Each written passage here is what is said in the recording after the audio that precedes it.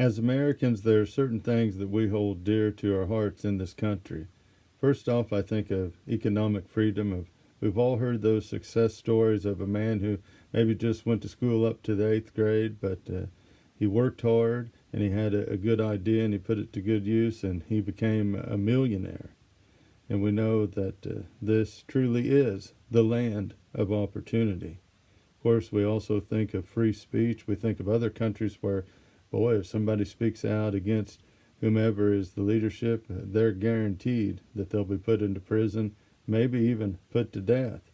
But we know that we live in a country to where we can speak our minds and our opinions, however educated or uneducated it may be.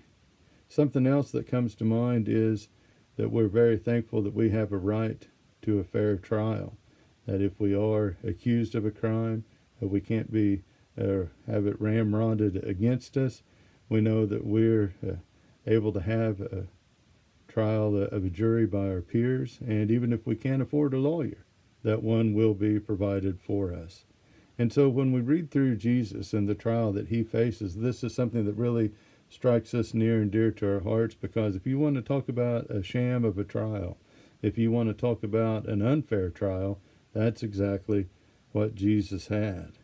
And as we think about the trial of Jesus, it's good to know that even accounts beside the Bible speak of this as historical fact. You have a Tacitus, a Roman historian in the AD 50s, and he wrote that Jesus was crucified by Pontius Pilate.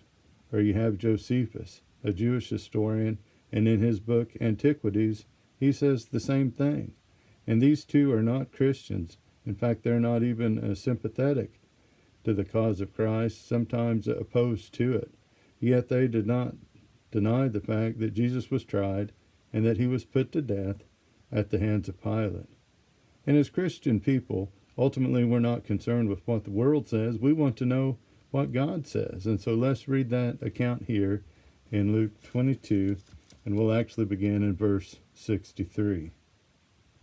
The men who were guarding Jesus began mocking and beating him. They blindfolded him and demanded, "Prophesy, who hit you?" And they said many other insulting things to him. At daybreak, the council of the elders of the people, both the chief priests and the teachers of the law, met together, and Jesus was led before them. "If you are the Messiah," they said, "tell us." Jesus answered, "If I tell you, you will not believe me, and if I asked you, you would not answer. But from now on, the Son of Man will be seated at the right hand of the mighty God." They all asked, "Are you the Son of God?" He replied, "You say that I am." Then they said, "Why do we need any more testimony? We have heard it from his own lips." Then the whole assembly rose and led him off to Pilate. And they began to accuse him, saying, "We have found this man subverting our nation. He opposes payment of taxes to Caesar and claims to be Messiah, a king." So Pilate asked Jesus, "Are you the king of the Jews?" "You have said so," Jesus replied. So you have the Sanhedrin here, and they meet at daybreak to somehow stick to the letter of the law, because a legal trial could only take place during the day, not at night. So they got everybody together as quick as they could to make a decision. They'd been questioning Jesus all night long at the house of Annas and then the house of Caiaphas, the high priest of that time. Now the Jewish ruling council had convened to make a decision. They asked Jesus if he is the Christ. Now he's not in a hurry to answer. There's no sense of denial here. Jesus is not hesitant because he is running from the truth. He is slow to speak because he knows they will not understand him, and they will twist every word that he says to try to use it against him. Jesus is the Christ, but his view of this word and theirs is miles apart. In the religious world today, we think of a word like baptism. We could ask many different people, "Do you believe in baptism?" As far as Christians, the answer would be yes. However, one person's mental image of what that means might be sprinkling of an infant, and another's would be immersing of a believer. And those are two totally different pictures. And Jesus knew that they wouldn't believe him if he made the statement. They also would not allow him time to explain himself and guide them to a better understanding of how Jesus would use that term. So then he tells them that the Son of God will be seated at the right hand of God, and this is a seat of honor, implying that he is on the same level as God, a clear claim to divinity. This would have been blasphemous to them, and that he's saying he is the Christ. Now, once Jesus makes this statement, they say, we have no need to question him any further. He's made this clear that he is divine, and now they'll proceed to put him to death for what they deem as blasphemy. Now, when you read this section, it's easy to pick up on the hatred that the Jewish leaders had for Jesus. And as we piece it together, we know that there are two main trials, the Jewish one and the Roman one. The Jewish one's what we're looking at today. Come back next week, and we'll look at the Roman one in more detail. And each of these trials have three phases. The Jewish one begins in the night with initial questioning at the house of Annas, and then at Caiaphas, and culminates with the entire council, as we just read, meeting at daybreak. The council is made up of 70 members, and then you have the Roman trial, and it has three phases also. First, with Jesus at the house of Pilate, and he cannot find a charge against him, but Pilate learns that Jesus is from Herod's territory and quickly sends him off to Herod. Herod ridicules him and sends Jesus back, and then Pilate makes his decision to hand Jesus over to the Jews. Have you ever thought about all the work that the Jewish leaders went to, of how they must have been very organized, and it must have been a lot of effort to put this all together? Yes, they needed the assistance of Judas to have a relatively easy arrest, but we know that there was so much other legwork that needed to take place. It was a rare occurrence for a high priest to be up all night interrogating a subject. And think about 70 men gathering there so early in the morning after the Passover. This didn't just happen. It wasn't just simply merely chance. There were plenty of people working hard to make sure that Jesus was put to death as fast as he could be. Now, granted, some scholars have proposed that Jesus took the Passover early because he knew that he was going to be arrested on Wednesday night. Now, if one has this view, one would have the trial lasting approximately from, let's say, midnight Wednesday night till Friday morning. And even with that extra time, you're talking about 6 phases of a trial in 33 hours. Now, I personally hold to the traditional view that Jesus took the Passover on Thursday night like everybody else. And this view would only allow for 9 hours for all these trial proceedings to occur. And when you think about all this taking place so quickly, that is staggering. But to me, I would have you call to mind of how in the year 2000, when the results of the Florida election went from the state court to the U.S. Supreme Court in just a matter of a few weeks. I mean, that was unprecedented. The complete trial of Jesus took place in a few hours. And whether you take the long view of 33 or the shorter view of, about 9 hours, how does it come about so quickly? Well, the answer is because of the Jewish leaders.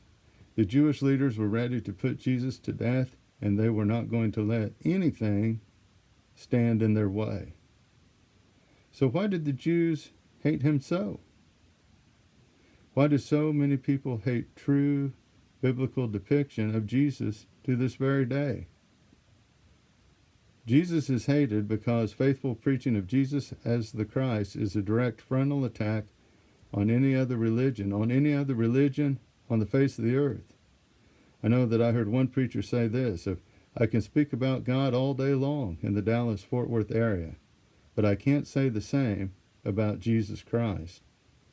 Of how he knew if he was asked to be a speaker, he could talk in general terms about God, and that would be okay. But if he spoke specifically about Jesus is the Christ, the Son of God, well, that could be met with resistance.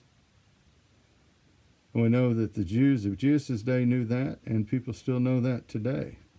And I'll read to you some selections from Karl Barth. He was a German theologian from around the World War II era. In fact, as you'll notice by what he says here, this would have been written after World War II. But here's some of these statements from the writings of Karl Barth. There is a real basis for the feeling current to this day that every genuine proclamation of the Christian faith is a force disturbing to, even destructive of, the advance of religion, its life, its richness, and its peace.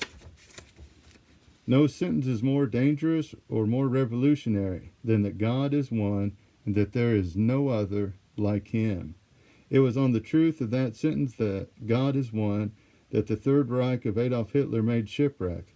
Let this sentence be uttered in such a way that it is heard and grasped, and at once 450 prophets of Baal are always in fear of their lives. There is no more room for what the recent past called toleration. Beside God, there are only his creatures or false gods, and beside faith in him, there are only religions religions of superstition, error, and finally, irreligion. And so there's a whole lot there to take in, a whole lot there to think about as we take that to heart. We know that the world wants a watered-down gospel that tolerates and approves of all other religions. But Barth had lived through the Third Reich, and he had seen them use the German evangelical churches basically as a pawn, and they'd given up their unique stance of Christianity and become tolerant. And I hope that you hear this, and I hope that you hear it clearly, that there is a push in evangelicalism today for us to be more tolerant. And by this, I don't mean more peace-loving, but I mean to tolerate all other religions as equally valid, and in doing so, to water down the distinctiveness of Christ. And I am no prophet, but I can tell you that this will not lead us anywhere good, that if we cave into this peer pressure, it will lead us where we should not go. Jesus did not back down from saying, I am the Christ. And we know because he said he was the Christ, it caused him to pay with his life. And we should not back down from confessing that Jesus is the Christ. Sure, it may cause us approval rating in this world, but we know that ultimately we gain approval from heaven. We gain approval from our Father above. And so let's stand with Christ. Let's stand with the truth. He says, I am the way, the truth, and the life, and no one comes to the Father except through me. It's not so much that you said it or that I said it, but it's ultimately that it's in here, that this is in the Bible, and Jesus Christ said this. And so as we think about Jesus on trial, specifically the Jewish trial, we see that he makes the statement that, yes, I am the King. Yes, I am the Christ. And hopefully this is what you believe, and that this is what I believe. And if you're ready to make Jesus Christ the Lord of your life, you can put him on by being baptized into him. If you need to do so, I sure hope that you will. And if I can be of any assistance, I hope that you'll reach out to me, because I'd sure be glad to help. And if you realize as a Christian, I put Christ on at baptism, but I sure haven't been living my life in him as I should. If you're ready to repent and recommit yourself to him, we sure hope that you will do so. And if you need prayers, or if you need help in any way, of course, reach out to me. I thank you very much for listening, and I hope that you have a great day.